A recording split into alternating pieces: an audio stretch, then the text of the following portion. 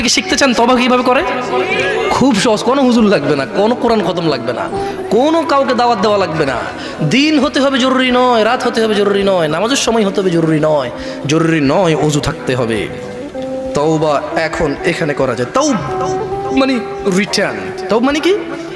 Return মানে ফিরে আসা। ধরেন একটা লোক জিনা করে, সে বলে যে না আস্তাগফিরুল্লাহ, আল্লাহ আমাকে ক্ষমা করুন, আমি আর জিনা করব না। এই লোক তওবা করেছে। এই লোক কি করেছে? এরপরে সে যে তওবা করেছে এটা প্রমাণ হবে কিভাবে? সে যদি আর কোনোদিন আল্লাহকে ভয় করে জিনা না করে। বুঝে আসছে না? আসেনি?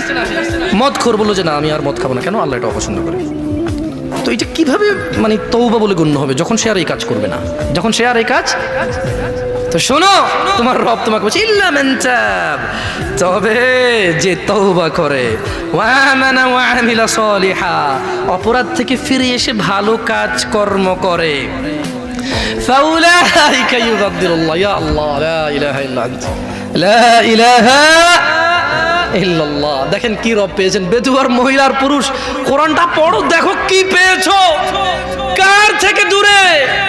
মা গররাকা বিরাব্বিকাল কারীম ইয়া নাস, কিসে তোমার এত দয়ালু রব থেকে তোমাকে দূরে রেখেছে? কি তোমার রবের দয়া দেখবে? বলছেন যে ফাউলাইকা ইউবাদদিলুল্লাহু সাইয়্যাতিহিম হাসানাত,